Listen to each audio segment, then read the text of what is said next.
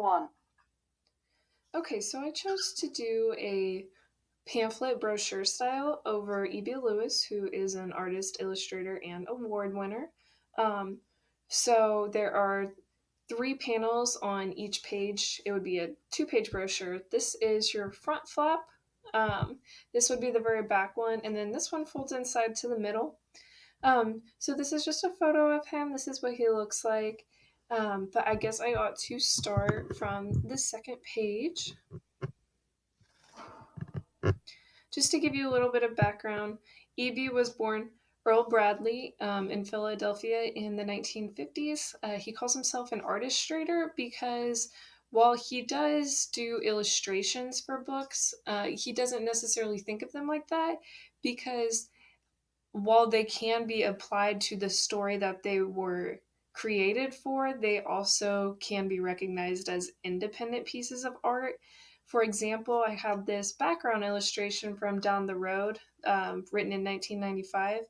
And if we take a look at it, we have three people, a woman playing with two children, and it's beautiful and it does coordinate with the book that it was published in, but also you could just buy it by itself and it would make sense.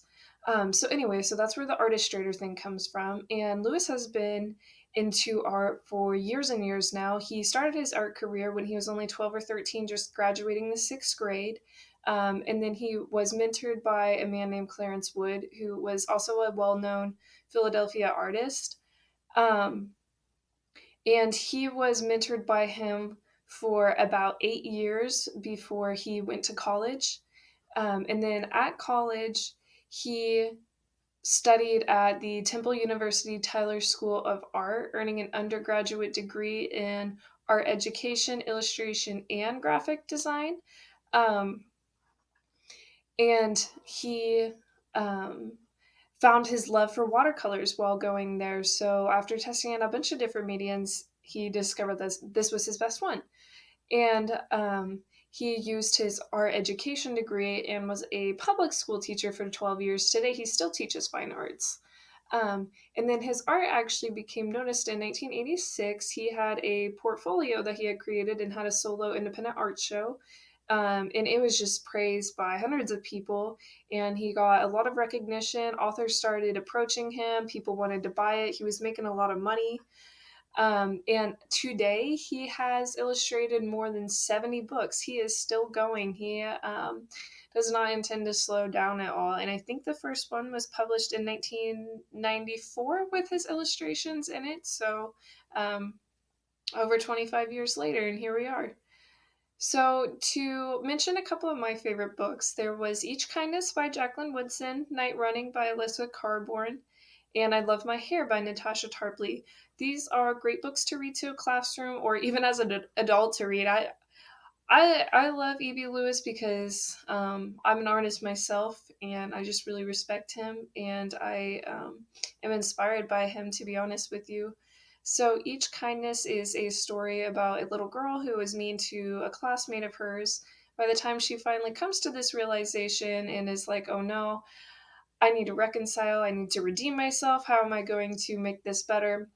It's too late because this classmate that she had victimized left and moved schools. So it just teaches kids that sometimes there's no second chances, and to really make the best use of your first chance.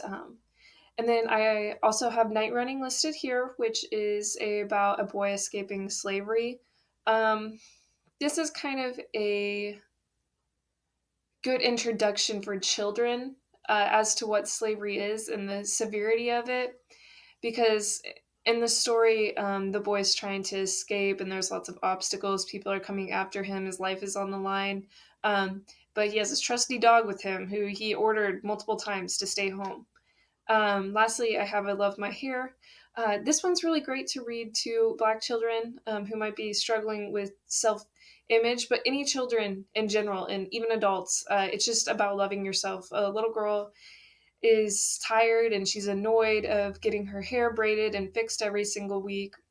And her mom tells her the background of African American people, and she it explains to the girl why she should love herself and love her hair.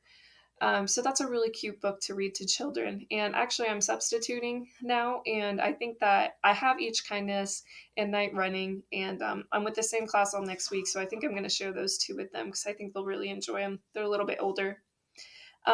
So Lewis typically illustrates with authors writing about Black pride, civil rights, slavery, kindness. His paintings depict characters' emotions and friendships. If you look at an illustration of his and you look at a character's face, you can tell immediately what they're thinking, what they're feeling. It's like you're looking at a real person. They're magical. There's really not another word for it.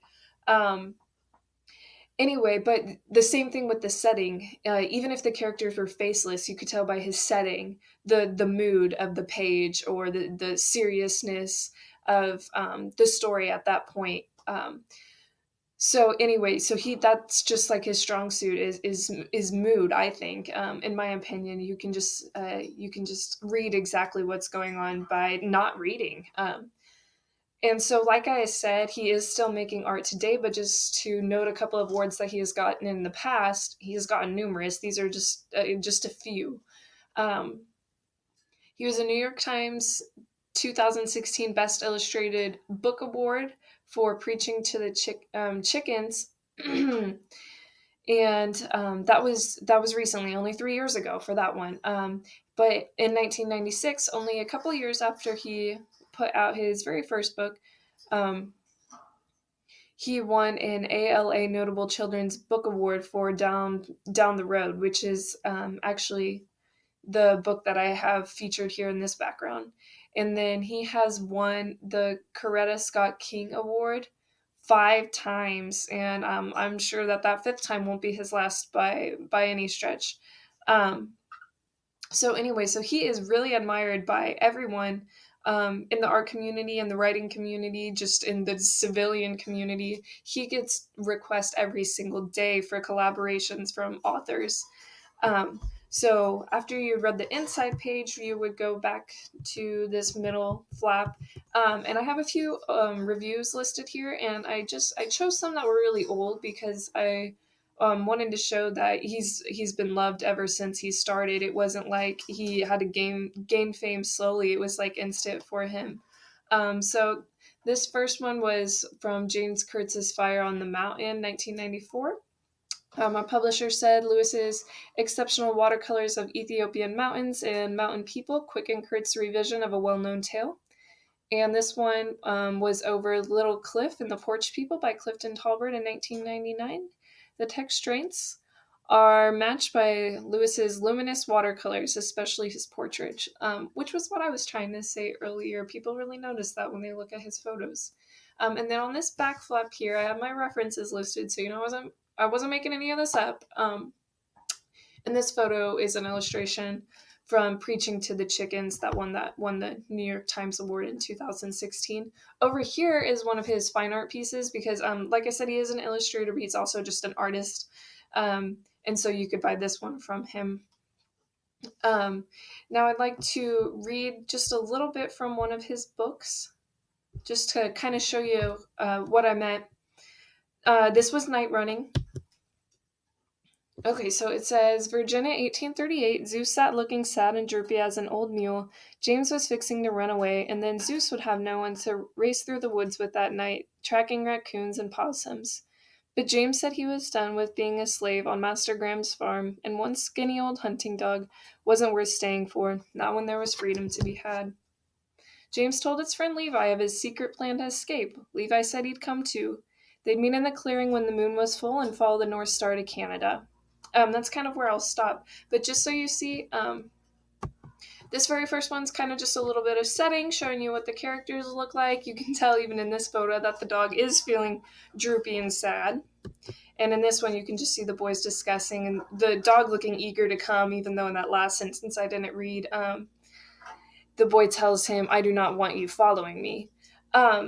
Anyway, so for this artist, I would have the kids, I would read books to them, 1 or 2 books every single day for the week. On the last day, I would have little kids pick one of these books out to look at, and then they would have to recreate one of his watercolors by himself.